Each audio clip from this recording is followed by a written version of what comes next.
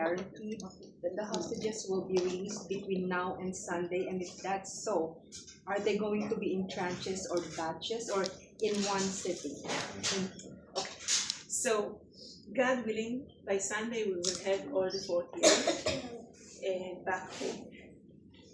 Almost 20 of them are still alive. I may say very alive because they have been starving. They have been kept in captivity with no air, with no sun in the tunnels for 2 years. And 8 or 6 will be put into graves, and their family at least can go and unite with their loved one in the funeral. That is the best case scenario. But in Hebrew we say prophecy was given to fools. I'm not a prophet. I know and I hear and I got guidance from our headquarters. I think that things are very, very promising. Prime Minister Netanyahu had called President Trump, invited him to come early this week, in the beginning of next week, to Israel to speak on our parliament, in our Knesset. So, God willing, that's a sign that by then all the hostages will be returning home. So, but we need to keep on praying. I have to be cautious optimistic, but I'm not leaving hope for peace. And I do hope and pray that we'll be able to watch and see the hugs of the unity together when we are on by Sunday. And the second question was, are they going to be brought together? In batches? Yes. Together? Okay. So I think that what was such a huge relief, because of the pain and the agony of so many families for 2 years, is that what was decided that it has to be one batch. It can't be discontinuation, because that was the Hamas terrorist organization had done a very, very smart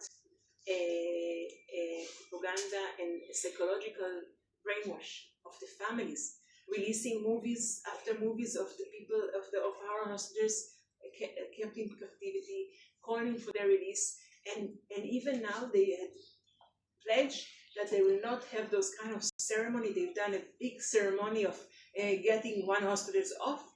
Now, God willing, it will be dignified. It will be a symbol of peace, of good faith on both sides, and will bring us the unity to those families with their loved ones. Yes, Rose, who else would like to speak? Welcome, the good ambassador, our new ambassador to the Philippines. We are really in touch very much with your predecessor. He's a very good and charismatic guy. And I can see in like 3 minutes you're so bubbly and vibrant. So I'm hoping there's going to be a good relationship with the deputy also, Miss Esther and Rose. My question is not really a question.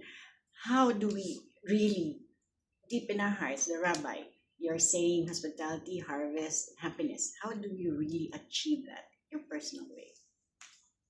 It's a very good question, and I think that it's a very easy and natural for both our nations. And you experience even in the way you graced me. You kept the legacy of you're right. My former colleague Ilan Flus is one of our best diplomats. And he had keep on guiding me until now, because he wants that the relationship between Filipinos and Israelis, leadership and people, will be stronger, and will continue what the team had done under his leadership. We will continue under mine.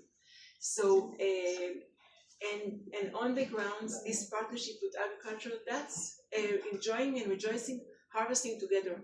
There is a huge challenge here in Philippines because you are so much fragmented to 7,641 plus islands.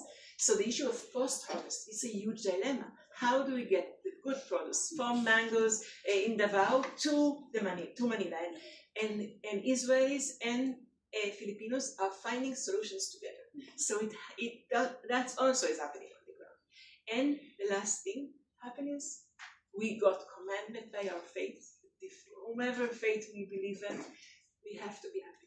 We have to look at the bright side. We have to be hopeful. And the fact that you came here, you are indulging us. And for that, maraming salamat, for celebrating together with us. So we are practicing. It's not just words that we are striving on. It's something that we are doing here and now together. And I'm hoping and praying that I will go into the big shoes that I will fill in the big shoes of my previous ambassador, and we will have many, many occasions to discuss together, to talk, to learn about one another, because in order to connect us, I need to learn more about the Filipino culture and rituals and heart and mind, and the same vice versa to Israelis. Thank you. Thank you. JC Soriano. Yes. Ambassador. Yes. Yeah, with this development, will the Israeli government recommend or request the Philippine government to lower the current travel alert status of Filipinos going to Israel? Is that something that you are currently studying or have been requesting? If you could enlighten us. First of all, we are requesting it all the time. But this morning, my deputy and myself had met your Undersecretary Helen de la Vega. A wonderful hospitality session that we had. It's the first time I met her, but I really felt, again, the smile that comes from the heart. And I had raised this issue with her again, and I told her I would like interns of agriculture to come to Israel. There are voices, concrete voices of peace.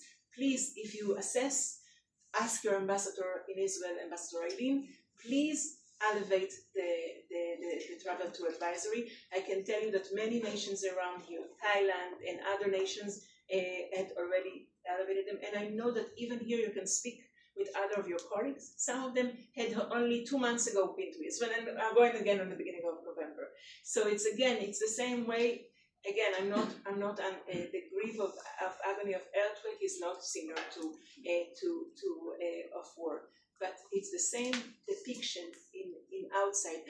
It's a catastrophe zone, whether it's war, whether it's an earthquake, and I can't come. Yes, you can come, and we have to come.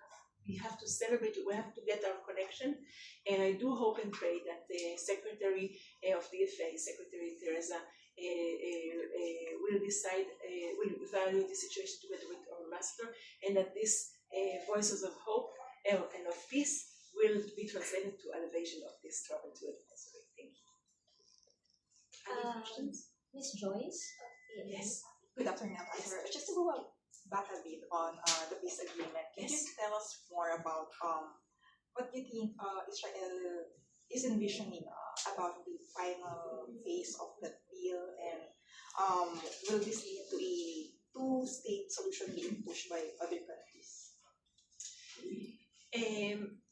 I think that at the end of the day, and we say it in every prayer, at the end of many prayers we say, Yaseh Shalom Aleinu, Yaseh Shalom Al Kol Israel. We can say in Kol Olam, the one who is making peace upon us, may he put peace on all of us.